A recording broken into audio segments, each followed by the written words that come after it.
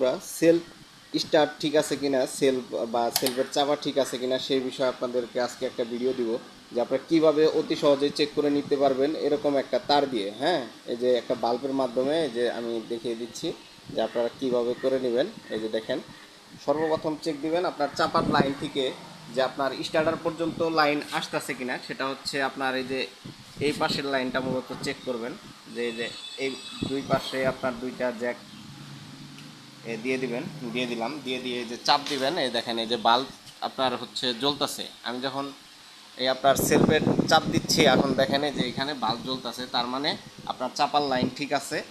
এখন আমি চেক দিব যে আমার হচ্ছে যে আপনার স্টার্টারটা ঠিক আছে কিনা। তো স্টার্টার আমি চেক দিব, যে দেখেন স্টার্টার ঠিক আছে কিনা আমি কিভাবে চেক দিচ্ছি। এই পাশে একটা এটা এই যে ব্যাটারির থেকে একটা লাইন দেখেন সরাসরি আপনার স্টার্টারের মধ্যে ঢুকে গেছে।